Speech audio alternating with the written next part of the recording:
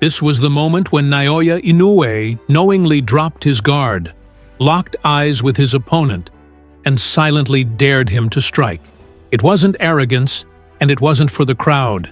It was a message. Inoue wasn't there to merely win rounds or impress judges. He was there to test the very will of the man standing across from him. His opponent, Paul Butler, looked hesitant, cautious, almost resigned to survival rather than victory. Inoue's relaxed posture and fearless stance showed complete confidence. A fighter so secure in his ability that he could afford to invite danger. This was not showboating. It was psychological warfare.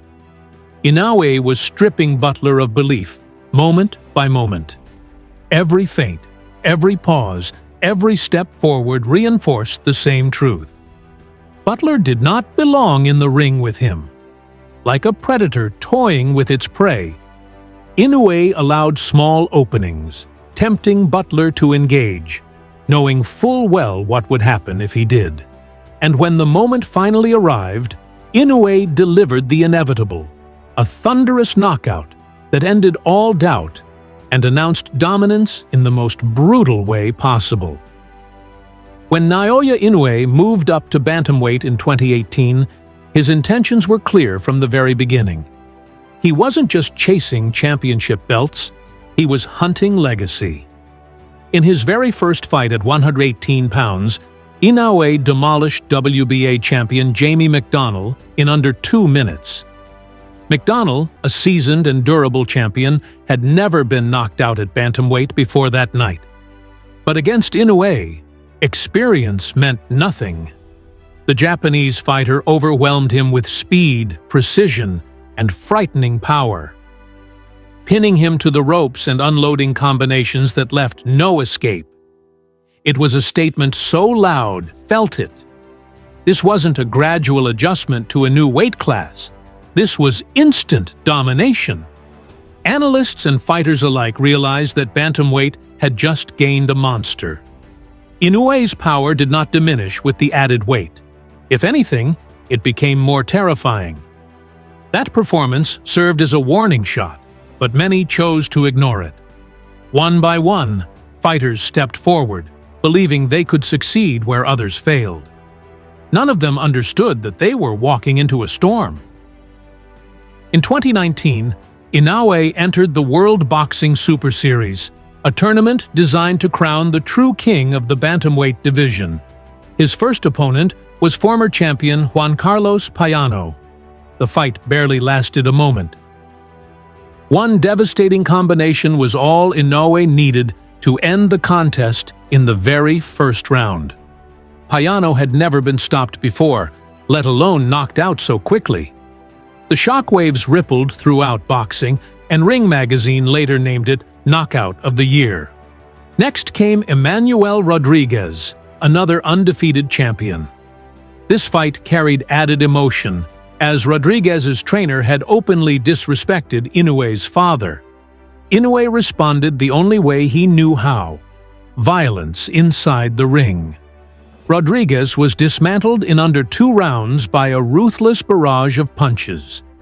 In less than 5 minutes of total fight time, Inoue had collected multiple world titles and crushed 2 elite champions. He wasn't just winning, he was erasing opponents. At this point, there was no debate. Naoya Inoue was unstoppable, and the tournament was beginning to look less like a competition and more like a coronation. Inoue's toughest challenge came in the finals against Nonito Donaire, a future Hall of Famer and one of the most respected fighters of his generation. Early in the fight, Inoue fractured his orbital bone, an injury that would have forced many fighters to quit. Instead, Inoue fought through unimaginable pain. Donaire tested him with experience, power, and heart, pushing him into deep waters for the first time in his career. What followed was a legendary performance. Inoue adjusted his strategy, relied on his fundamentals, and continued to press forward despite the injury. Every exchange was a battle of wills. When the final bell rang, Inoue emerged victorious, earning the Muhammad Ali Trophy along with the IBF and WBA titles. It was a defining moment, proving that he wasn't just a knockout artist, he was a complete fighter. A dominant win over Jason Maloney followed, and then a rematch with Donaire for the WBC title. This time, Inoue left no doubt, destroying Donaire in just 2 rounds. With 3 belts secured, only one remained. That final missing piece belonged to Paul Butler, the WBO bantamweight champion. Butler wasn't a household name, and many fans dismissed him as a paper champion. But he had earned his position quietly, climbing back into contention and seizing his opportunity. Butler didn't care about criticism. He wanted a real test, and he got the biggest one possible. The undisputed bantamweight championship was on the line, and history awaited. From the opening bell, Butler tried to stay mobile, circling and using defense to survive. Inoue stalked him relentlessly, cutting off the ring and shrinking Butler's escape routes.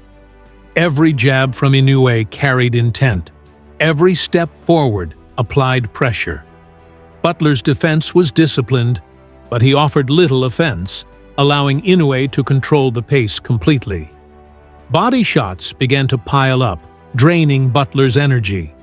By the middle rounds, the fight felt less competitive and more inevitable. Inoue wasn't rushing, he was dissecting. This wasn't about proving he could win. It was about proving there were levels to boxing, and Butler was far below his. As the rounds progressed, Inoue began to experiment. He switched stances, briefly fighting southpaw, just to show Butler another look. He dropped his hands, taunted him, and stood directly in front of him, daring Butler to throw. This was confidence bordering on cruelty. Butler landed a few shots here and there, but none carried the power or authority to earn Inoue's respect. Every time Butler tried to engage, Inoue responded with faster, sharper counters. The body attacks were relentless. Left hooks to the ribs, right hands under the elbow. Shots that don't always look dramatic, but slowly break a fighter down. Inoue's timing was flawless, his movement effortless. The fight had become a one-sided exhibition, with Inoue treating the undisputed title bout like a high-level sparring session. The crowd could sense it. The commentators could sense it. Butler could certainly feel it. He was no longer fighting to win. He was fighting to endure.